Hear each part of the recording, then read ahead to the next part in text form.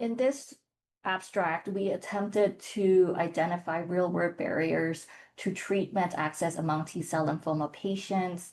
So in general, T-cell lymphomas is associated with limited therapeutic options and poor outcomes, and therefore identifying real-world barriers to treatment is essential to inform strategies that will optimize care delivery and improve outcomes in this underserved population.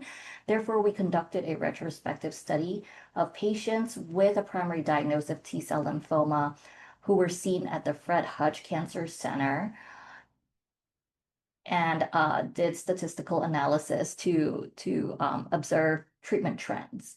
So between 2014 and 2024, 400 patients were identified. 89% of patients had insurance coverage, 32% were enrolled in commercial PPO plans, 29% in Medicare, 15% in Medicaid, and 7.8% in commercial HMO plans. 11% of patients were uninsured. 56% of patients received at least one novel agent during their treatment, while 27% received only conventional chemotherapy. 7% only participated in at least one clinical trial.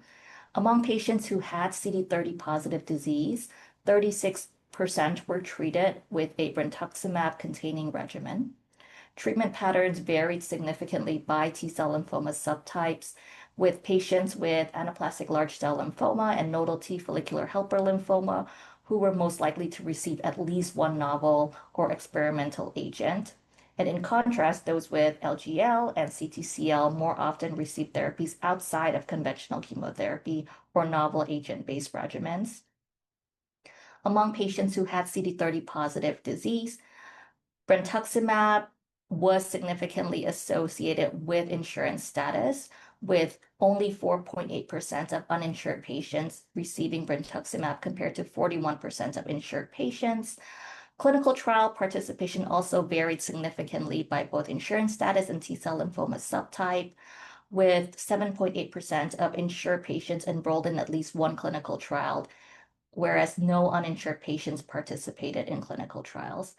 So overall, to conclude, real-world treatment patterns in T-cell lymphoma vary significantly by histologic subtype and insurance status, with notable disparities in access to novel therapies, Brentuximab, and clinical participation. And these findings essentially highlight the need for targeted efforts to address structural barriers in care delivery and ensure equitable access for this patient population.